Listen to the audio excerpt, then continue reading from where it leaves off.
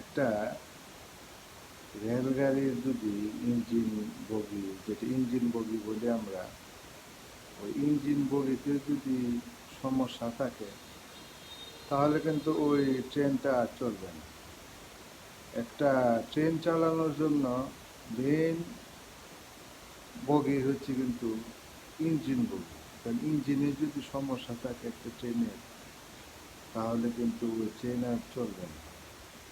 আমাদের আসলে এই বাংলাদেশে সবচেয়ে বড় সমস্যা হচ্ছে আমাদের ইঞ্জিনের সমস্যা। ইঞ্জিনটা কোন জায়গায়? যেমন প্রত্যেকটা দেশেরই কিন্তু, যেমন রাষ্ট্রপতি শাসিত অথবা প্রধানমন্ত্রী শাসিত যে সরকার ব্যবস্থা, আমাদের দেশে যে ইঞ্জিন, যে বাংলাদেশের যে মেন সমস্যাটা, যে একটা ইঞ্জিন যদি প্রবলেম থাকে তাহলে কিন্তু আর ওই দেশ আর চলে না, চলবে না, ভালোভাবে চলবে না। একটা সুশিক্ষিত শিক্ষিত মানুষ হচ্ছে একটা ইঞ্জিন সমতুল্য। এই বাংলাদেশ স্বাধীন হওয়ার পর থেকে আজ পর্যন্ত যারাই বাংলাদেশে ক্ষমতায় এসেছে, যে রাজনৈতিক দলগুলা, বা বিশেষ করে যে রাজনৈতিক দলগুলো যে প্রধান, তারা কিন্তু কেউই খুব উচ্চ শিক্ষিত ছিল না। এবং এই শিক্ষাটা, যে এডুকেশনটা হচ্ছে একটা পেট্রোলের মতো, পেট্রোল অকটেন বা তেলের মতো। যেমন পেট্রোল ছাড়া গাড়ি চলবে না, অকটেন ছাড়া গাড়ি চলবে না, তেমনি কিন্তু শিক্ষা ছাড়া, এডুকেশন ছাড়া একটা মানুষ তার সঠিক জ্ঞান কাজ করবে না বা সঠিক জ্ঞান আসবে না। আমাদের এই বাংলাদেশে যতগুলো প্রধানমন্ত্রী ক্ষমতায় আসছে, তারা কেউই কিন্তু সর্বোচ্চ ইন্টারমিডিয়েট পাস এর বেশি কেউ শিক্ষিত আসে না।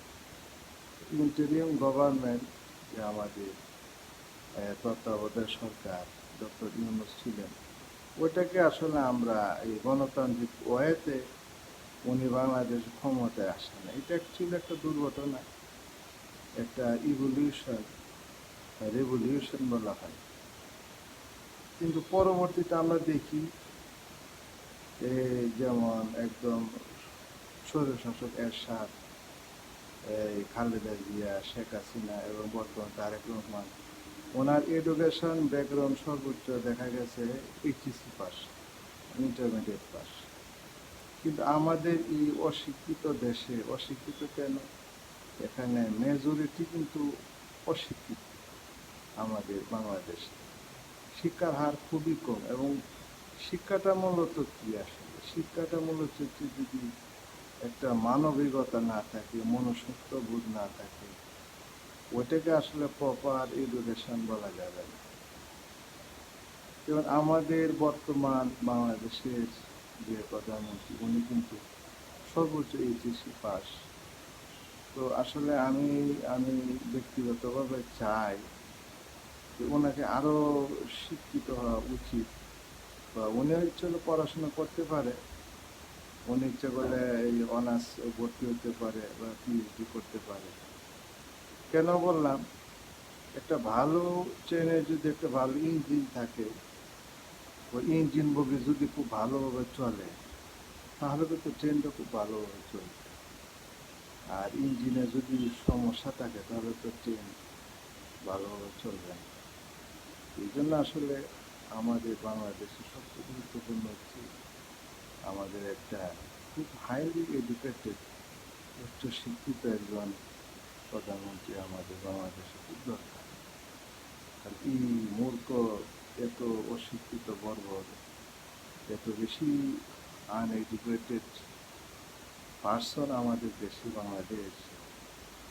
তো এই সব ক্ষেত্রে দেখা যায় এই এত অশিক্ষিতর মধ্যে যদি এখানে ট্রেনের ওই বগির মতো ইঞ্জিনটা দুর্বল থাকে, তাহলে আসলে দেশ আগানো যাবে না।